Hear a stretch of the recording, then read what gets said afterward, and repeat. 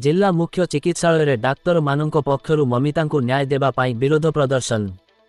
गजपति जिला पारलाखेमुंडी स्थित जिला मुख्य चिकित्सालय आज डाक्तर मानक पक्षरु पश्चिम बंगर आरजी कर मेडिकल कॉलेजर डाक्तर छात्री ममिता देवनाथंकु न्याय देबा पाई विरोध प्रदर्शन करा जायछि।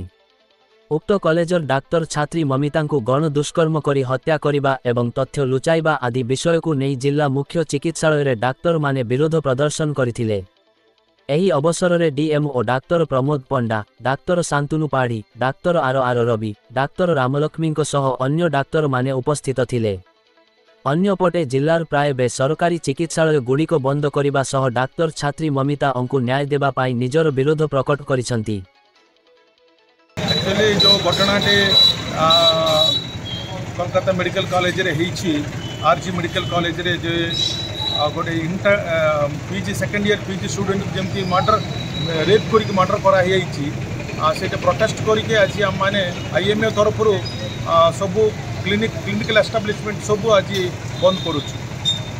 तो आगामी दिन मानक परिस्थिति कौन पदक्षेप नापी आप चाहते जदि जदि पब्लिक आउ गवर्नमेंट जदि आमको सब प्रोटेक्शन दे पारे ना आम को भाव में सुरक्षित भाव में आम ट्रिटमेंट दे पारिबा।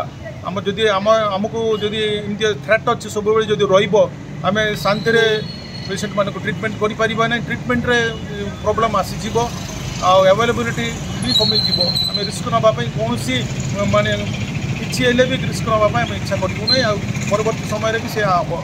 तो आज आप जो क्लिनिक गुड़ा बंद कर तो केते समय पर्यंत या बंद करने निष्पत्ति नहीं? 24 घंटा आम बंद करूँ।